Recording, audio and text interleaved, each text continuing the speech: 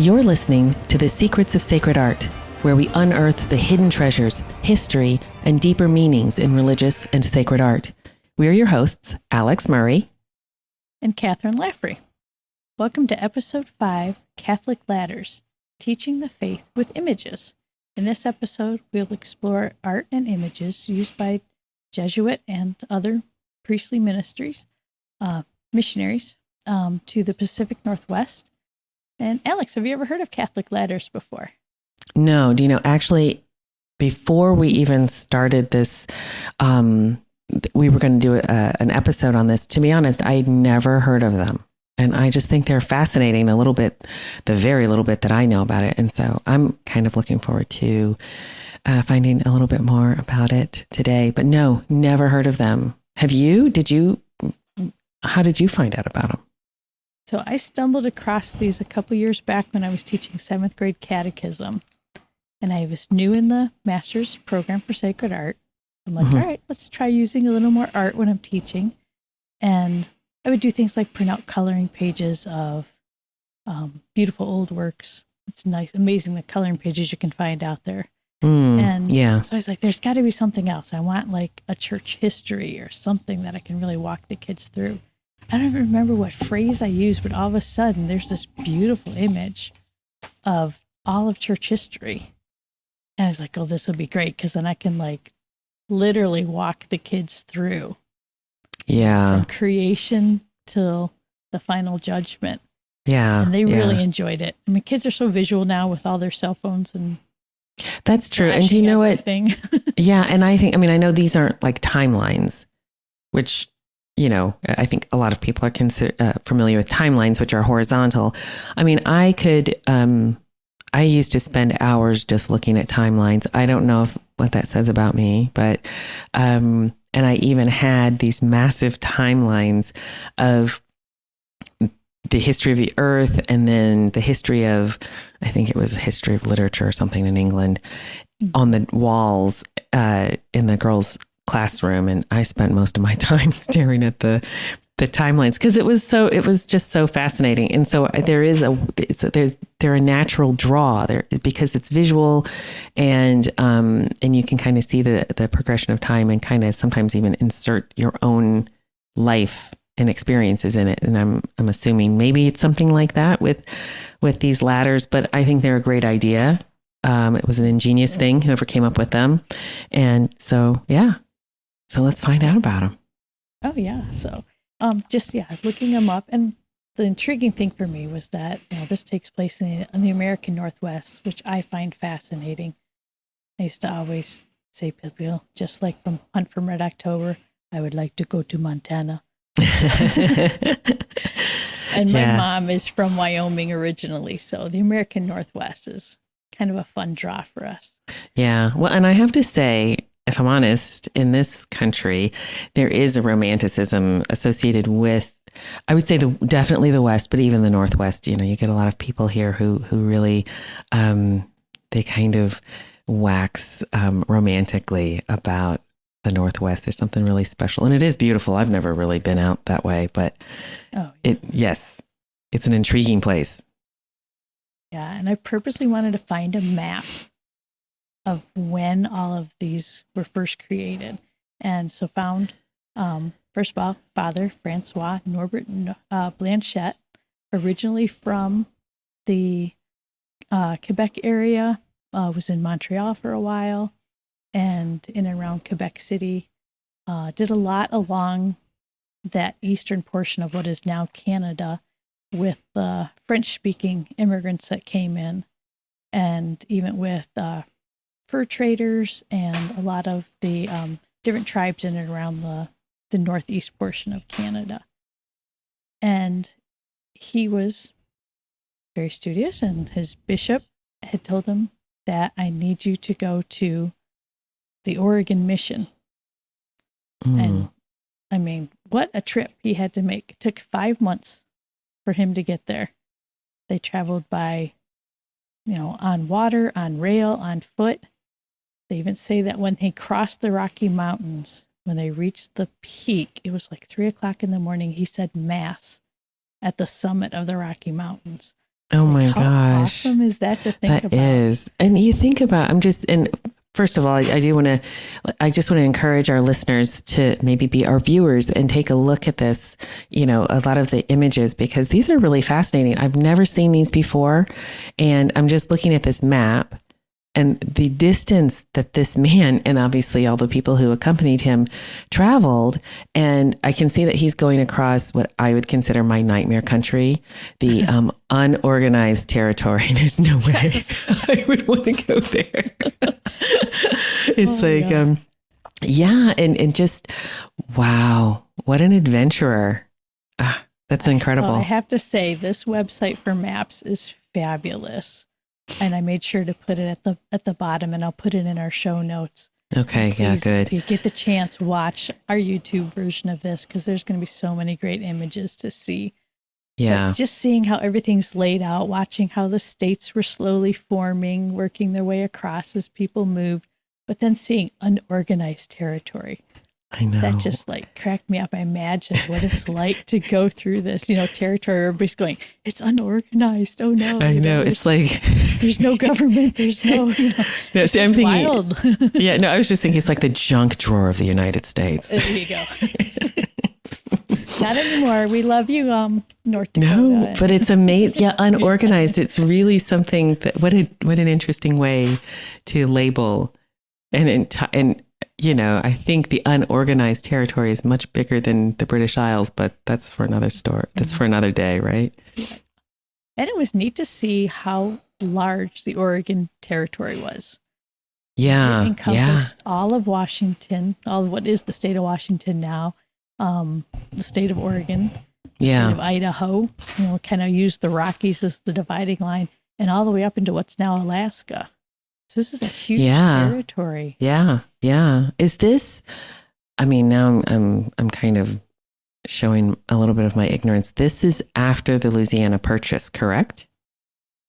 Because it doesn't say Louisiana Purchase. The Louisiana state there. So Louisiana, darling. Louisiana. Oh, sorry, I forgot. You're a Southern girl. You know better than I do. There you go. Yeah. Yeah. And it's interesting. Yeah. All that. So this is after the Louisiana Purchase. And then you've got Mexican possessions. Oh, it is a fascinating map. So everyone needs to look at it. And this is the kind of thing where when I was younger, I'd go to the library and I would be staring at a map like this for a really long time. Yeah. Oh, yes. I love maps. Maps are just fabulous. They're artwork in and of themselves. They are, totally. Yeah. Yeah. Maybe we should do sorry, I was like, maybe we should do an episode on.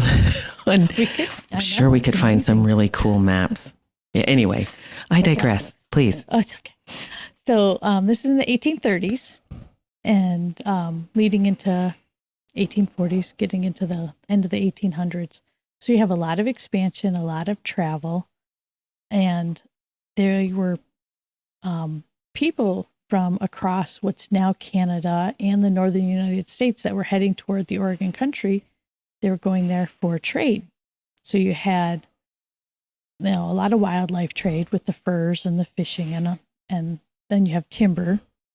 And so what happened was you ended up with a lot of people that were, families of or descendants of trappers that were raised Catholic. Mm-hmm. And there were a lot of marriages mixed with the different Native American tribes in the area. So they're raising their children Catholic, but they had no priest. Yeah. And so they sent word back to the bishop in Quebec and said, we need a priest out here. And so that's how Father Blanchette ends up heading to Oregon. He was very successful there too. His ability to kind of figure through things. How are we going to communicate with the English, the French, and then all these tribes had a lot of different nuances in their individual languages. And so he's like, I have to figure out how to communicate with all of these people. And they're all asking for, teach us the faith. And I think the best thing that he did was he made it a point to incorporate the leaders of the different tribes into the catechism program to teach Yeah. them the faith. Do you know That's which? coming from them? Yeah, yeah. Do you know the names of any of the tribes that he was interacting with and working with? There were so many of them. Yeah. Couldn't list them all. And I figured, we'll have to let people do their own deep dive. Yeah, yes. I would have been lost for hours on that one. That's true. What was fascinating to hear was that they did have among the tribes a trade language, a Chinook jargon, it was called. Common speech. Yeah, there you go. So they had their little trade language. Everybody's got trade language. That's probably why there's a lot of English speakers around the world that became a trade language. Yeah, absolutely. And he noticed that there were these shahale or shahale sticks. I've heard it pronounced different ways. They're about 4 feet long, some shorter, as a way of communication. So he took one of these sticks and carved into it little markings and handed that on to the different leaders for them to take it back to their different tribal lands and let them be the teachers. And he actually had one of the leaders of one of the communities took in all the information within 8 days' time and was able to teach his community so effectively that when Father Blanchette went back a year later, he was amazed at how well this community knew the catechism, knew the faith, understood salvation history. That's fascinating. That's fascinating. And these sticks that you were talking about, I immediately thought about the Norwegian primstav, which is a stick. Yeah. Maybe we'll talk about it one day. But it is like a long stick. It's like a calendar, but it has feast days on it. And I have one. So I'll have to find it. I'll take a decent picture of it and send it to you. But so that was a way of communicating and like cutting notches into the stick to keep track of the feast days. And that is how they learned. This is how the Norwegians learned about their faith. But we're talking, in the Middle Ages, it was a way of keeping track of the seasons and the liturgical seasons, but also learning about different elements of the faith. So a little, not quite like this, but very, very similar. It's interesting how, it makes sense that, you use the materials you have and they are effective, very effective. Okay. Well, Father Blanchette was so good at making these sticks, the demand was too high for him to keep up with it. Mm-hmm. And he had other priests that were there with him trying to make more of them as people asked for them, that he then went on in 1840 to create the Catholic ladder. And that's this very first image we have. It's a very long, narrow strip of paper. It ended up being well over 50 plus inches long. And you start at the bottom, just like you would on a ladder. Yeah. And you have the days of creation. And each one of these lines marks a segment of time in like thousands of years. And then you have them working their way up, and you'll have the two little strokes that run up and down as being people. So you'll have Adam and Eve, or you'll have the sons of Noah.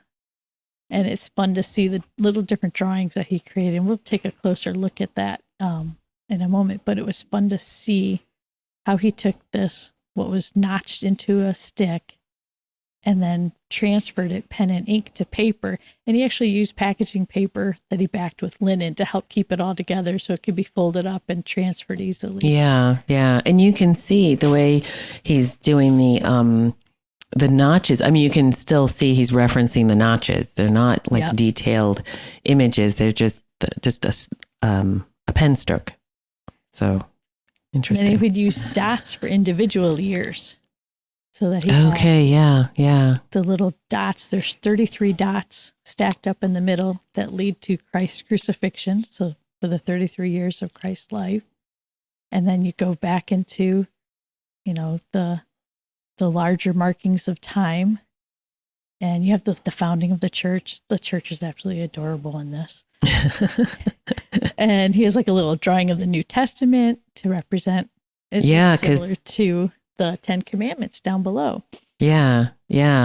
So I'm just wondering, looking at this, is with these notches, is this related to what I'm calling the common speech of the people living in the Oregon Territory at the time that people were using for trade? So do you know if so they would absolutely have understood this at a much deeper level than you and I are. Like, we're looking at the lines and stuff, but maybe they would have been absorbing it in a different way. Yeah, I think this was just like the easiest way to mark large amounts of time. Yeah. So you have like 4,000 years. Yeah, how do you mark 4,000? I know, right? So he's trying to go from the beginning of time until his visit. So at the very top there, it shows him and the priest that was with him.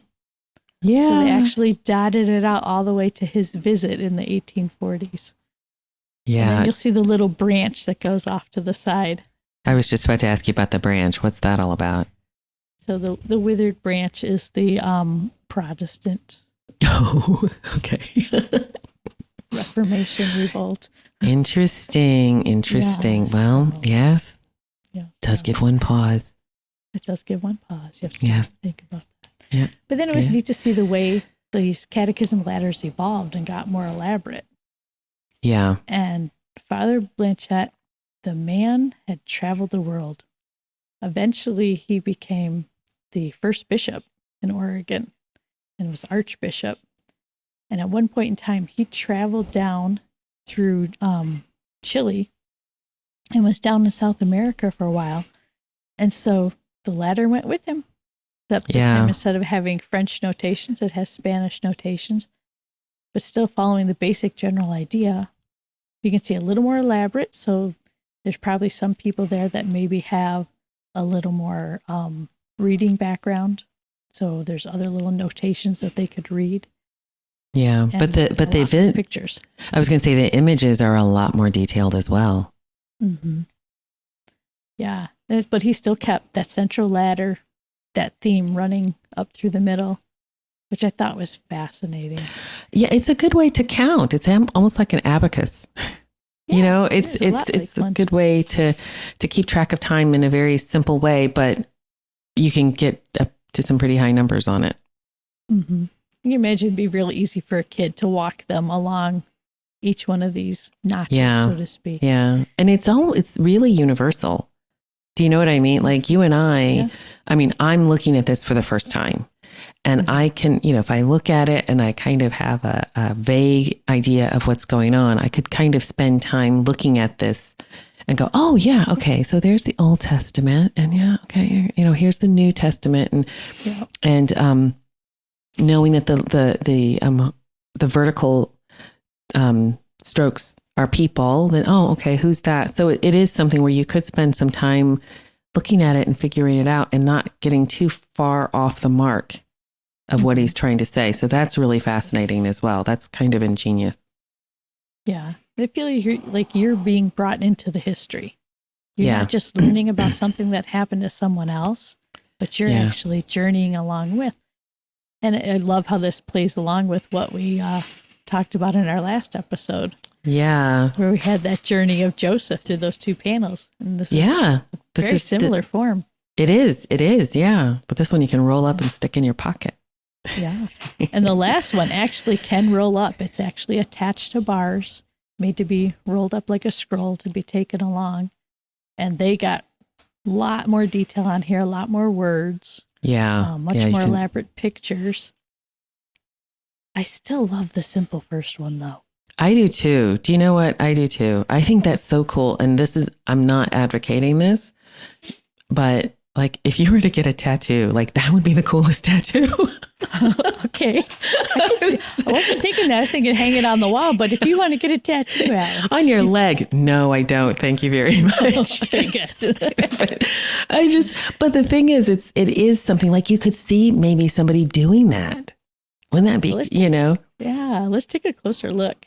Okay, it is yeah. lovely pen and ink. I can see why you thought right away to go to tattooing yourself, but Yeah, not myself, just okay, one. Some So individual, yeah. yeah. In the first image, we have the bottom.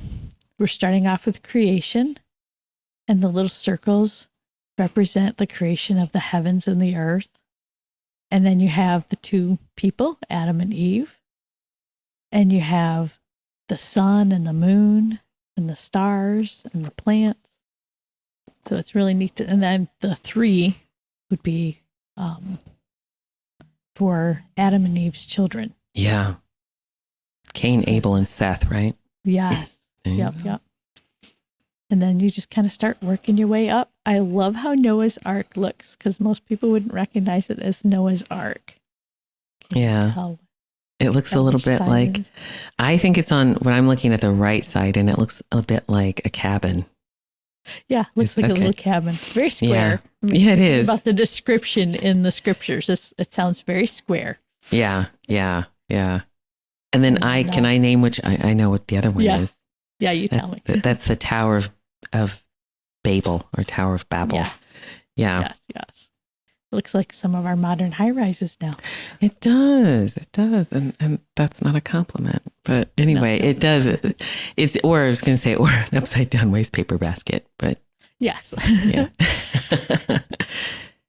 And who do you think, or who is the individual next to the tower? Who's that supposed to be, do you think? It took me a while, and it was actually clearer on one of the other images that we'll see later. Okay. But that's Abram being called. Yeah. That's so fascinating. So then we start working into Abraham's family. Yeah. I'm still trying to figure out what the blob is up there. It could have been, tower. I'm looking like that might have been something they didn't mean to draw. I mean, because it's on paper. If it's on packing paper, it's on thin paper. It's not like and it's ink. You can't scrape it off. It's going to be completely absorbed into the fiber of the paper. So it looks to me, with my ignorant eyes, maybe just oops. It does look like an oops. Yeah. I mean, above it, the 10 Commandments are a little clearer to see. Yeah. And then I'm assuming that the castle-looking thing is for the kingdom of Israel. Yeah. David's kingdom. It seems very much like it. I'm just looking at all of these people, Yeah. What's going on? Because actually I was thinking, could that be Lot running out of that blob? Could it be Sodom and Gomorrah? Is that? Oh. Yeah. And Lot and his wife, and who else? And then Lot's dad, right? Do you know?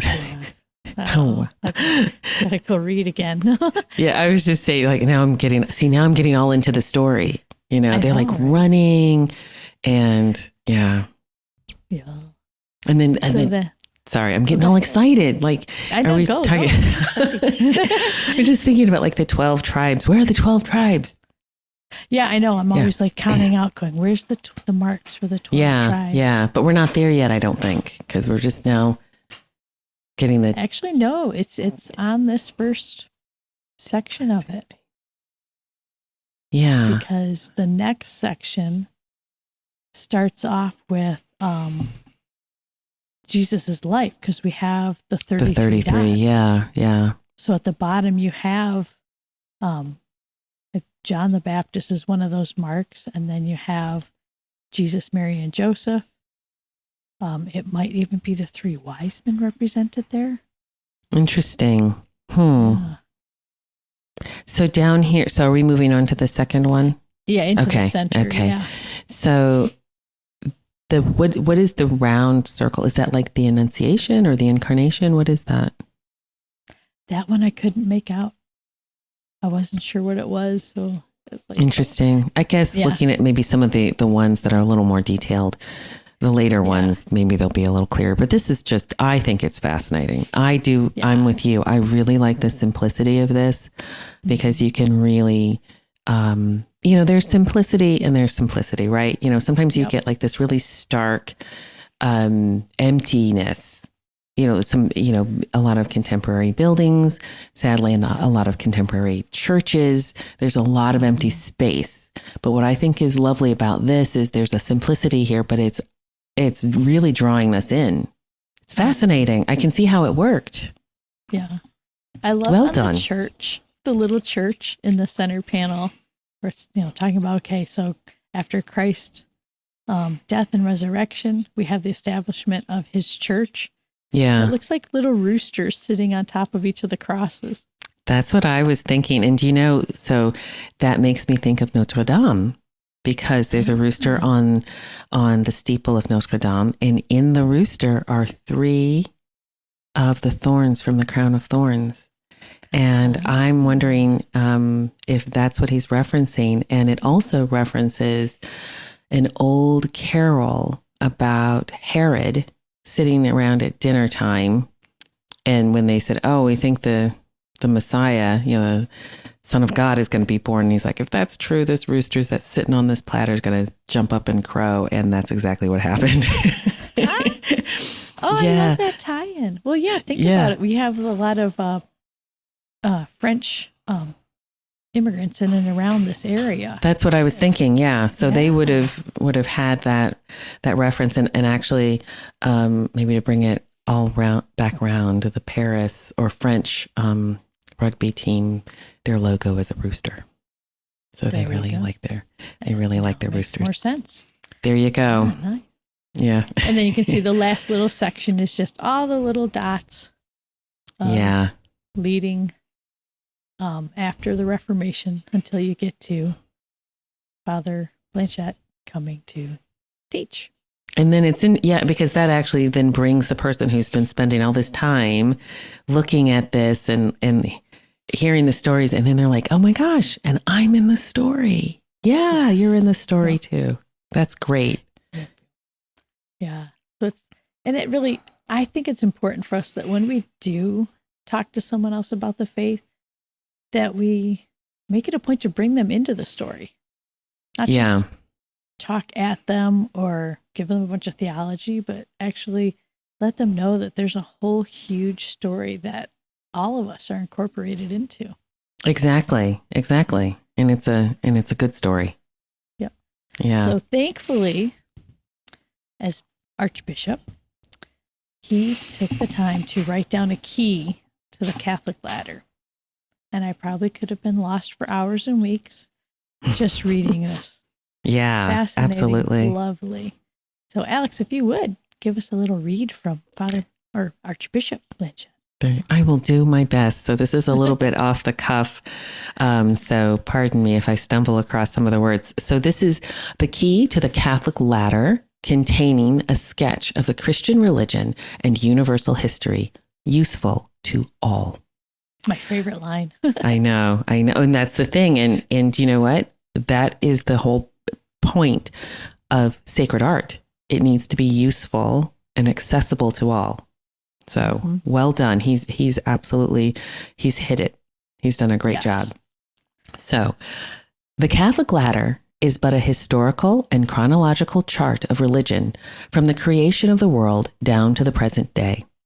It embraces the 4,003 years which preceded the coming of the Messiah, the 33 years of the life of our Lord Jesus Christ, and the 1,860 years which have elapsed since the Incarnation, together with important events and remarkable personages that are represented by means of figures or of symbolical signs placed on each side of the ladder, so as to face as nearly as possible the centuries to which they belong. It has been called a ladder from the form which it presents in its development, about the center, as the eye runs along its plane from the bottom to the top. It is qualified by the word Catholic in order to convey a sense of its origin and of its character.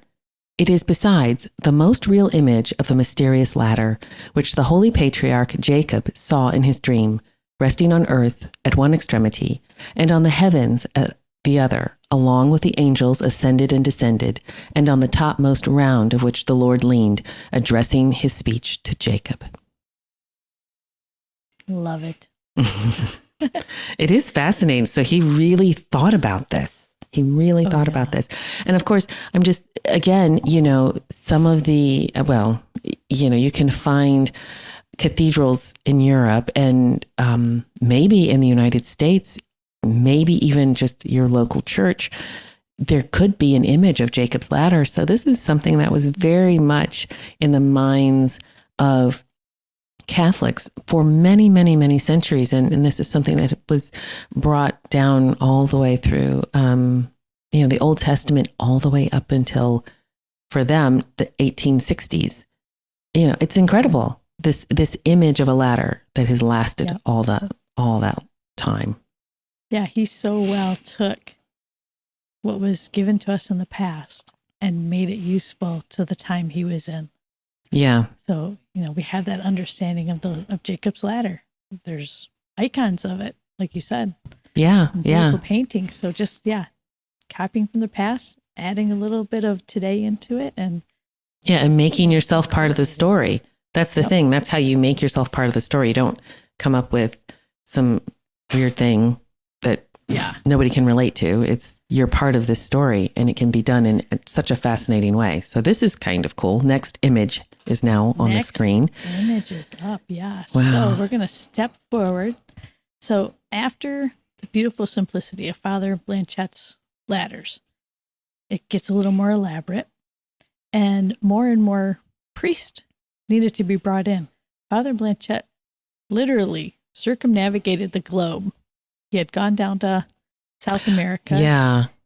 He had worked his way from Oregon, through Honolulu, then across the continents to get to Rome, and work his way back around to the U.S., coming in at Boston and other places, and then heading back west.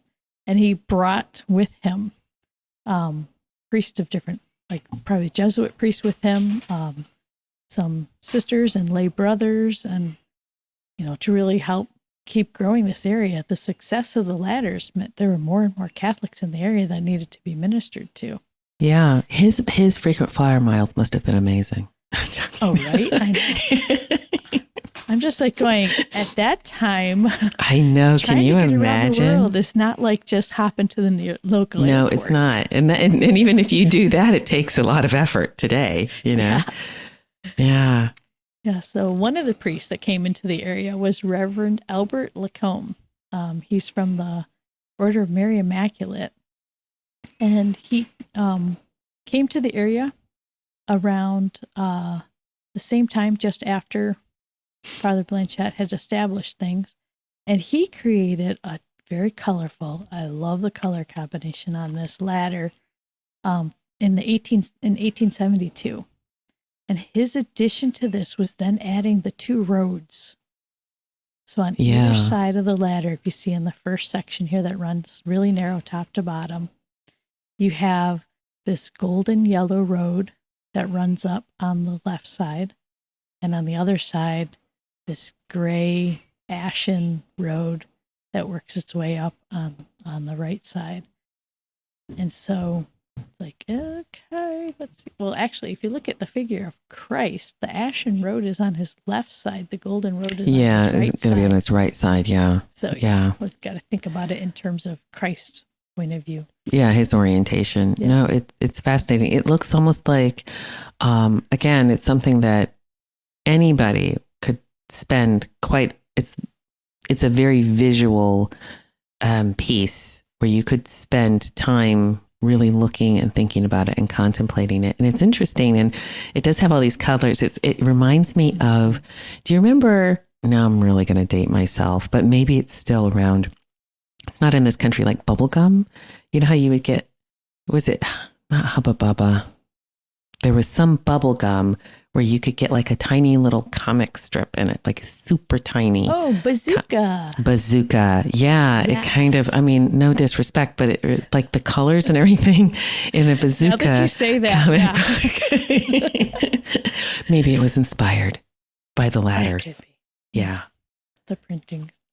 But Yeah. what's really neat about this is the addition of color brings in what was later referred to as the black and red road.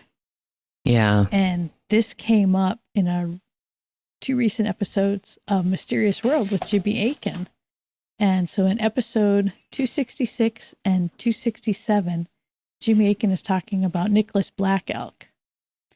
And Nicholas Black Elk had a vision of red and black road and a figure of Christ in this. So you're going to have to listen to these episodes. Yeah, those are fascinating.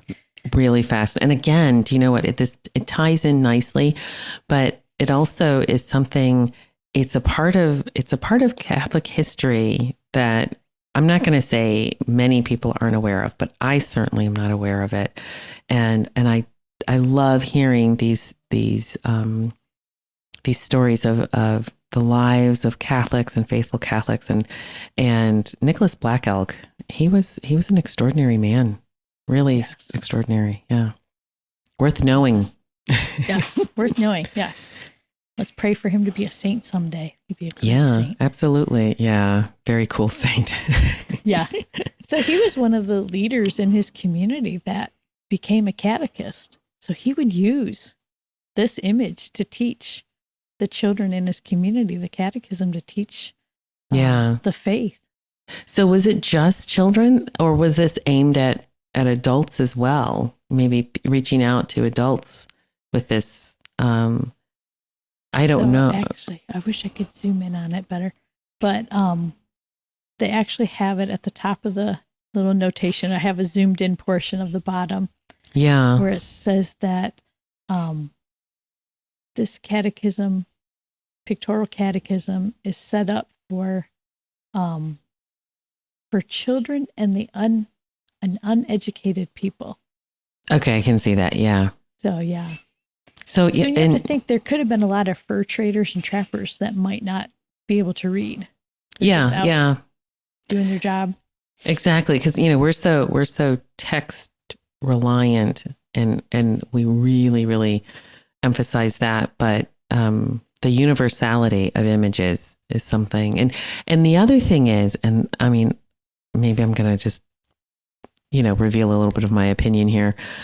This was made for children, but it certainly was not made in a condescending way. Sometimes you get images and they're ugly, or they look cartoony, or they're badly drawn, and they're so simplistic it's almost an insult to the child.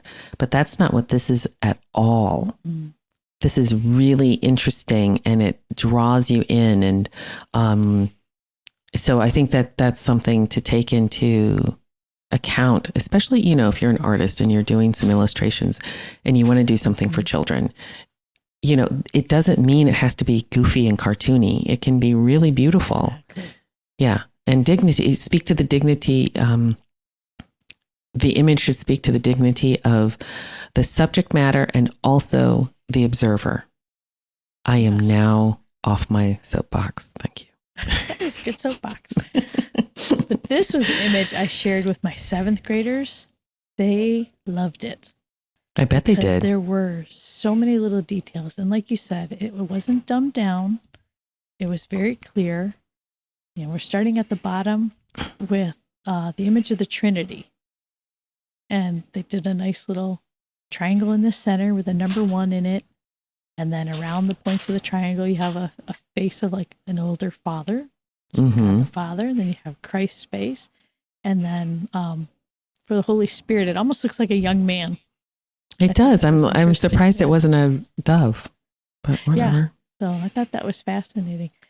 And this sorry, is bilingual too, because I noticed it's universal, that. Yeah, but they have it in French and English. There you go. Isn't that's universal? No, I'm joking. Yeah. It's interesting. I wonder if because this was made for the time and the place, and for taking into account the cultures of the people, maybe a dove wouldn't necessarily translate well or something. And so that's why they have an image of another person. Yeah, I've never seen. Yeah, It's interesting. Because there are a lot of different images used for the Holy Spirit. Is it the Irish who have the wild goose? Yeah. We'll be talking about that. All right. Yeah. Nice. Yeah. A teaser. There you go. But just above the Trinity, we have the fall of the angels. Yeah. Don't always see depicted. Yes. That's so cool. I didn't even notice that until you pointed it out. Yeah, I was trying to figure out why is that there, and then it's like, oh my goodness, that's the fall of the angels. So you see blackening and looking rather bat-like. I know, but I like bats, so I'm not gonna. And then the days of creation are absolutely fabulous. It starts off with "Let there be light," this darkness, and all of a sudden this bright ring of light. Yeah, looks like an eclipse. Yeah, it does look like an eclipse. And the separating of the light and the dark, the separating of the air and the water. You have the plants, and then you have the sun and moon, and you have the birds of the air and the fish of the sea, and Adam and Eve. I love how they have the little, like, almost like ray of light coming down. Yeah, spotlight. And it's lined up with God above. It's like, so you can get that breath of God. Yeah. It's well thought out. I mean, it's really. Yeah. So very nicely done, and just God's hands across it all. And then you see the angels that are still up in the heavenly glories with him. Yeah, and they just kind of are heads with the little winged collar. Yeah. Yeah. Cherubim face. Yeah, I think French. I would like very much for us to kind of do an episode on how angels look, because yes, I'm going to be honest, I think this is weird. I always have. Just who came up with that? That's weird.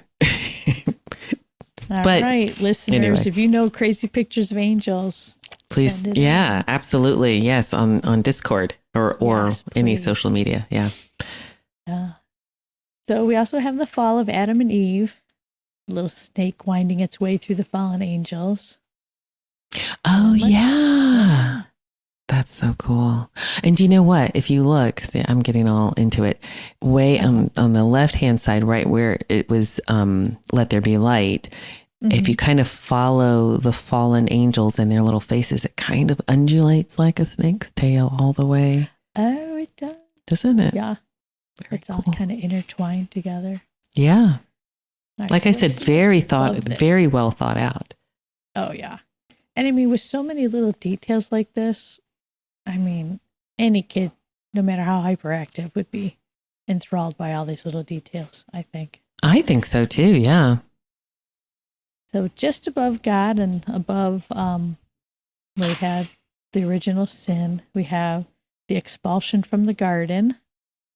So the angel is shooshing him out the door. Yeah. But I love that right away he showed the promise of a savior. The pro-evangelium, yeah. Just beautiful. So giving them some hope. And then not too shortly, you get the first murder. Yeah. Yeah. Yeah, good old Cain and Abel. And then we work our way up, and we still have those bars representing the 1,000 years. And there's Noah's Ark looking more boat-like. Yes, it does. Yes. And then the rainbow, I guess they were limited in the colors that they could use or print with. So, yeah. A little tougher to combine those together. Yeah. Well, they're the French flag colors. Yeah, you got like the lighter side and the darker side. So we're kind of like starting to get that wavering from the left to the right of Christ. And at the top there, what else do we have? Just kind of like the flood itself. And you can see the people just kind of merrily doing whatever. Oh, the flood's coming. Yeah. And then some of them are like, oh, maybe we should have. Yeah. Maybe we should have listened to Noah. Yeah. It's too late. Oh, yeah. So then, just above that, we can see the Tower of Babel's made it to Christ's left-hand side. Yeah. Okay. Okay. So now all right, now I'm getting it. This is fascinating.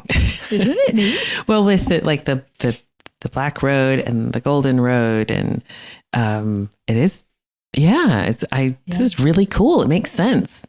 Like, you've got all the sin happening, but then you've got constantly the help and the hope that's on the other side. That's as they work with each other, or not work with each other, but one definitely outshines the other, shall we say. Yes. And here's where we can see clearly Abraham being called out. So Abram is right next to the central ladder, and he's being called from away from the Tower of Babel. Yeah, okay. He gets to head over to the good side. There you go. The light side. Yes, head to the light. Yeah. Yep. It's just fascinating to look at all the different people along the path. Yeah. And then every now and then there's little clues to why one side's where it is. We've got Sodom and Gomorrah. You've got the division of the people or the nations with Babel. You have paganism. Yeah. Yeah. Idolatry. Idolatry. Yeah. Yeah. And they've all got their little heads of the fallen angels floating around. Mm-hmm. They look a little bit like UFOs, but that's okay. It's kind of fascinating. Maybe Jimmy will need to do an episode. Exactly. Yeah, we were visited to the good side. Yeah, sorry. Yeah. Yeah. Don't spend too much time on the dark side. Come over to the light side. Go to the light side. Yes. Yeah. So we have the Old Law, we have the Old Testament, and the 10 Commandments marked out in 10 little ticks. Yes. To help remember that. And Moses standing up there on the mountain. And then you have the Ark of the Covenant being brought into the temple. Oh, yeah. Okay, I see that. King David with his little harp. Yeah. Yeah. So we're starting to get the patriarchs in there. But notice all of this is along the black road. So the road changes from black to red. So if we think about our color theory used in art. Yeah. Oh, you mean, wait a minute. So the central road that looks like the ladder. Yes. It's okay. Black. All right. Oh, okay. I was like, oh my gosh, what's wrong with my eyes? Okay. So let's see. So it's currently black, but it's going to change to red. There you go. So we're going out of being in sin, the black representing like we're stuck under the law. Yes. Yeah. Now we're heading onto the red road where we're redeemed by Christ's blood. So this is the incarnation. Yeah. And it's the incarnation that makes all the difference. Yep. So I love the little nativity scene right in the middle. Yeah. We even have the 3 wise men coming over from the gray road. That's right. Yeah. Heading to the light. They're literally following the light of the star. And then you have John the Baptist pointing to the nativity scene, pointing it out. And lovely little bubbles of Christ's life with Joseph in the shop. And his Sermon on the Mount. It's almost like a early comic book. That's what I was thinking. Yeah. Although I think they would have had, they had cartoons, obviously. Mm-hmm. It's been around forever, but it definitely has that feel. And it's engaging the way comic books should be engaging and are engaging. Yeah. So it's neat to see the followers along the golden road there. And then to look on the ashen colored side and see, okay, what's going on? Well, right away they're showing us the sin of pride. Yeah. Yes. Mm-hmm. And then at the top of this little section, after the 33 years and the dots, we have Christ's crucifixion. And we have Mary and Mary Magdalene at his side, the little skull to represent Adam at the base of the cross.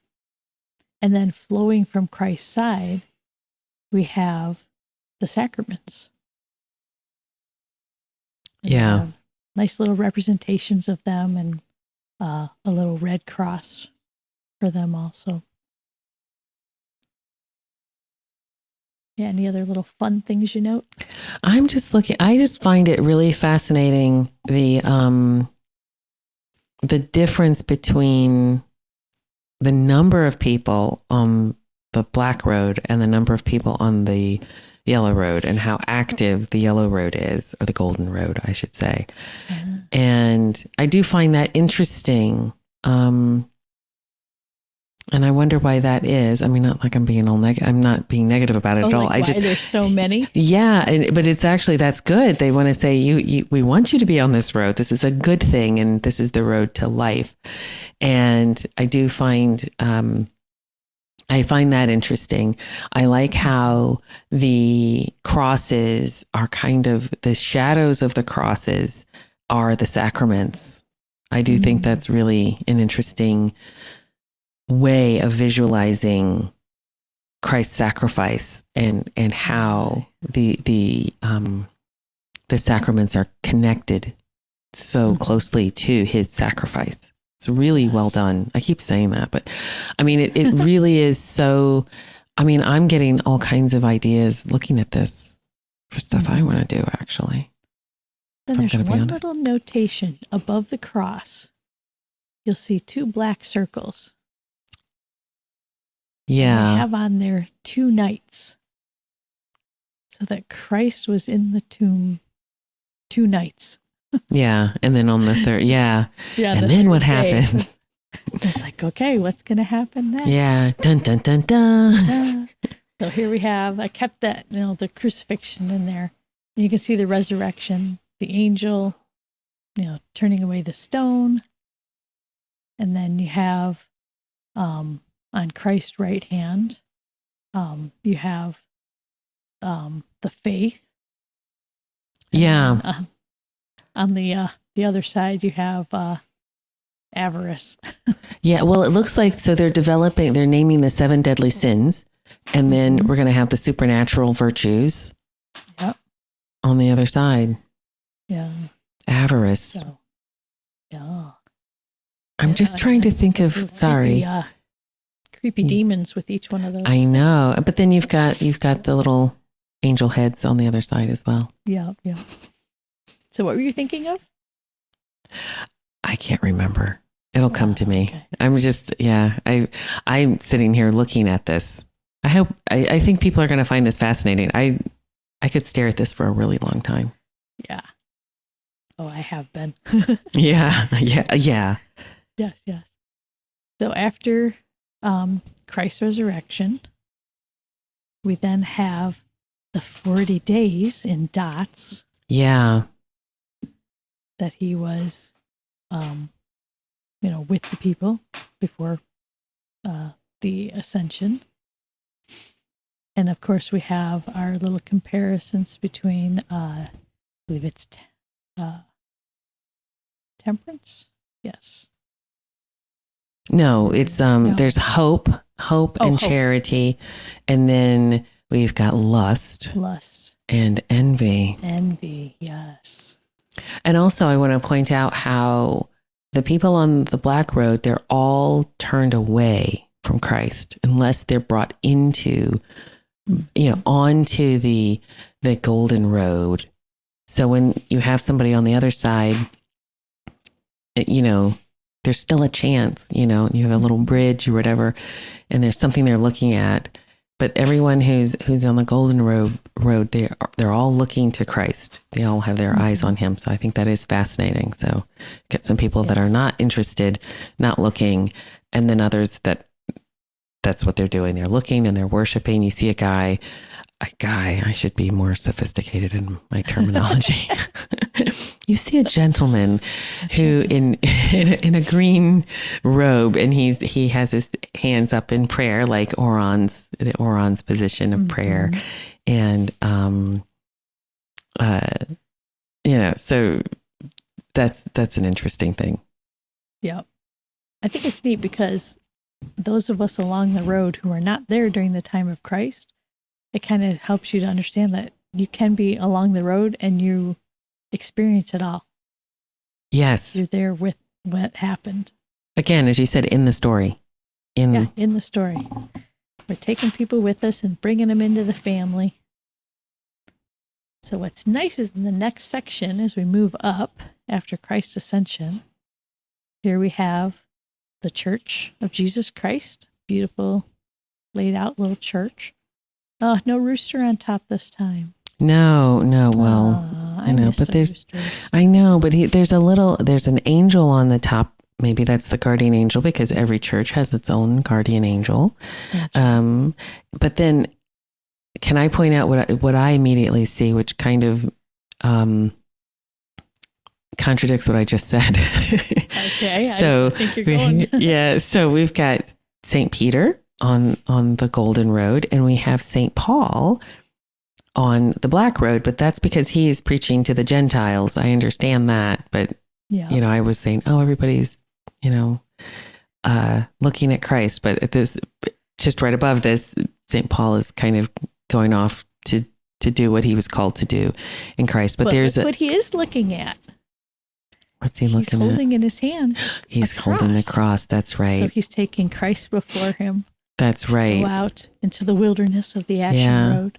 And actually, a lot of people are. You see you see a little angel who's also going out to get people and to get the Gentiles. And it's neat. So you see, it looks like a shepherd, and he's just looking over his shoulder. And then there's somebody greeting Saint Paul as well. So they're ready. The Gentiles are ready. Mm-hmm. And I love how the road, starts cutting back, or there's a little bit of golden as it crosses through the red road. So you can see that there's salvation. Just cross through, find these bridges. Yes, exactly. Yeah, so the tiny little apostles are all out there with their cross in hand to help bring people in. They are. Oh, and I'm looking at this guy, the gluttony guy. The vice. Yeah, he's chugging away, isn't he? I think, isn't that gluttony? Yeah, I mean, but wouldn't you just, I guess it's drinking, but I never would have associated drinking with gluttony, but I guess I thought it was another vice, but I guess it could all be the same thing. Well, he's got not only the jug of whatever he's drinking, but he's got a hefty stew pot going right next to him. That's right. So. Yeah. He's, nice loose robes. Yeah. Mm-hmm. There you go. It reminds me of like Homer Simpson, when he wore that big muumuu dress. That was years ago. Anyway. Oh yeah. And they even did the precepts of the church, just little tick marks below the eye of God next to the New Testament. Yes, the 7 commandments of the church. Yeah. And then they're talking about, we're under the new law. But as we move up through the centuries, and they actually ticked it off. They did, yes. Up on the Golden Road, but heading the wrong way across the bridge. Yes. We have Martin Luther, Muhammad, and Arius. There you go. So they're grouped with the heresies. Yeah. Taking people the wrong direction on the road. I'm just looking at, if you look at, they have the discovery of America. So obviously this is not chronologically correct, which it doesn't have to be in order to make sense. But you can see there's somebody with a bow and arrow, and there is, would that be perhaps a missionary in a black robe who looks like he is the focus of the arrow, shall we say? Yeah, he's kind of, being surrounded by a couple different people. And so this is him trying to reach out. We do know that there were American martyrs in the missions. Yeah. So some very courageous men and women.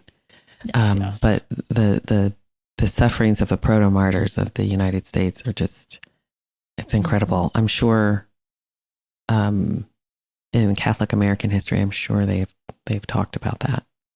Yeah. Well, this would be a good episode. It would be. Yeah. Get on it. So moving up, we're jumping above the road where we have the heresies. You can see there's a whole group of people that have kind of split off. And some are, people of the new land that are working their way back across the bridge. They're being led by other missionaries. Yeah. Pointed the way. I love the ones that are, standing on the road. The roads that crosses over is like golden almost all the way to the Ashen Road. Yeah, like you're almost there. Yeah. Yeah. And you even have the man with the bow and arrow, and he's kind of looking at the golden road. Do you know, I just thought of something. I just realized something. So if we're looking at the vices, so we have a sloth, as they call it over here, or sloth, and anger, and then going down. Those are all, Dante talks about that. And the one at the very bottom is pride. Yeah. Because that's the biggest one. The root of it all is pride. So they've even started off with, the vices that aren't, they're all bad, but, you have a better chance of getting across to the golden road if you're just slothful than you do if you're prideful. Yes. You can be called away a little bit. Yeah. Oh, and look, you can see that, you do have the missionaries, and you have, there's a gentleman who's with his bow and arrow, and his little kilt, I guess, is yellow. Do you see him on the golden road? Yeah. And so they're... I wonder if that's the progression of the guy who was in red and now he's in the yellow. That's kind of what I was wondering. And also, interestingly, the little bat-winged faces, they're not as detailed. They're kind of thin and just lines. They're not even as detailed and dark as the ones towards the bottom. Yeah, not as heavy. Yeah. So the road works its way up. We have a little base that says the Pope. Let's see what he looks like in the next slide. Oh, there we go, with his tiara. Trying to help lead everybody along the road. I love the guardian angels supervising everyone as they get a little closer. Yeah, and holding their hands. Taking them in the center of it all to their particular judgment. So here we have a soul kneeling before Christ, and the guardian angel on one side, and that vicious, vengeful demon on the other side, almost thrusting a fist at the person. Yeah. Trying to snatch him away. Yeah, the accuser. I just find this whole description of hell imagery on the other side is just so intertwined and fascinating, how it's been laid out, and the long dragon-like demons that are guarding it.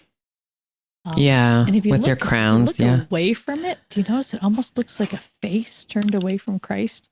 I was just thinking that. Yeah. And it's because of the roundness at the top and the length. Yeah, but I was, great minds think alike, Kathryn. So it was, No, you're right. It is fascinating, and it is something that's, they're fighting amongst themselves in hell. Yeah. And the image of purgatory, it almost strikes me like looking into a window. Yeah, it doesn't. A window, and I was also thinking it looks almost like a ship. Oh, yeah. Yeah, it does. Like the back end of the big sailing ships that have windows across them. Yeah. But then the flames inside look a little bit like a ship as well, with the sail moving. Oh, yeah. In the right direction. We're like looking at cloud pictures. Oh, what's that look like? Yeah, exactly. So then at the very top of all this, we have someone being ushered from purgatory up to Christ. I love how our Blessed Lady is sitting there right next to him. And Jesus looks like he's giving this new soul welcomed into heaven a lovely embrace. Exactly. All the angels rejoice. Yes. And then on either side of this, we have an image of the Immaculate Conception and the Assumption of the Blessed Virgin Mary. Now, was this one made before or after it was dogma? Oh, sorry, before or after the? I guess it would have to be after the apparitions at Lourdes of the Immaculate Conception. So I've just answered my own question. In the 1872 was when this one was created. Yeah, and then it was not declared a dogma until when was it declared dogma? The 1950s. 50s, yeah. Yeah, yeah. So this was already in. The church was thinking about all this stuff. Yeah. It was all understood. It just wasn't listed as a dog. Yeah, and just it clarified. Yeah, exactly. So there it is. I love this. I mean, I could just walk through this over and over again, but I run out of time. I know that went by fast because this kind of reminds me of when I was, at school. If I finished my work before everybody else, in order to keep me from acting up, my teachers would allow me to go to the library and look at stuff. And so I spent a lot of hours in the library looking at art and looking at timelines I could completely, I want to go back and look at this. I find it fascinating. It was just so well done. So well executed. All of our viewers, listeners can have a chance to really dive deep into this themselves. We'll make sure to have links for them. Yeah, absolutely. The Oregon Historical Society did a very good job putting these images out there, making them available in great resolution. And you can really take your time, zoom in really close, enjoy all the different little images. There's a couple other from Blanchette that didn't have time to incorporate into our talk today, but very detailed black and white ones that are fascinating. Yeah. I'd probably print them out and want to color them in myself because I love that. Well, and they really are something new. I never knew these were around, and it was such an incredible way to communicate to people using imagery. Again, we're so text dependent on, we think we are, but actually we're not. I mean, when you think about how we understand things, and I'm just thinking about emojis, so much can be communicated with, certain emojis, and it's, obviously not quite the same thing, but we're visual animals, and we understand imagery as much, if not more, than we understand text. And of course, images, it's a language that spans all kinds of cultures. People know if you draw a sun, people are going to know the sun. Yes. They're going to know the moon, kind of thing, or a human being. Yeah. Yeah. So this was a fun little adventure. We took another little stroll along a pathway. Yeah. And so it'll be fun to see where we end up next. But we'd like to take some time to thank our patrons. Their generous donations at sqpn.com/give make it possible for us to continue the Secrets of Sacred Art and all the shows on StarQuest. You can join them by visiting sqpn.com/give. Be sure to subscribe to our shows in Apple Podcasts, Google Play, TuneIn, Spotify, iHeartRadio, or your favorite podcasting app on the StarQuest YouTube channel. It's a great way to see all these beautiful images is on the YouTube channel. So that's youtube.com/StarQuest Media. And you can watch the show and see all these great visual references. And then to find previous episodes of The Secrets of Sacred Art and to send us feedback, please visit sqpm.com/sacredart.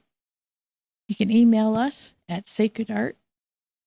Email us sacredart@sqpn.com or follow StarQuest on social media, Facebook and Twitter.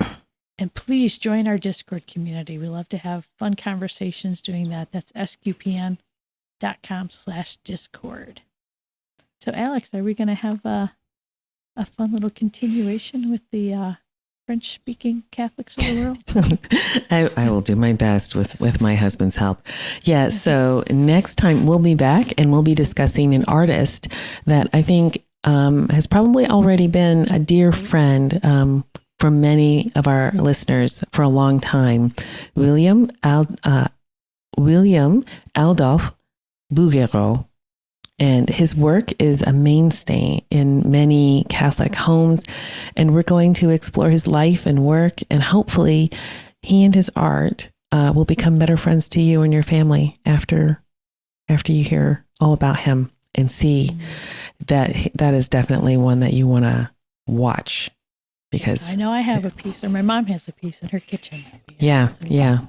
So we'll meet him next time. So, until next time, I am Alix Murray. And I'm Kathryn Laffrey, hoping you find something beautiful. Thank you for listening to The Secrets of Sacred Art. Bye-bye.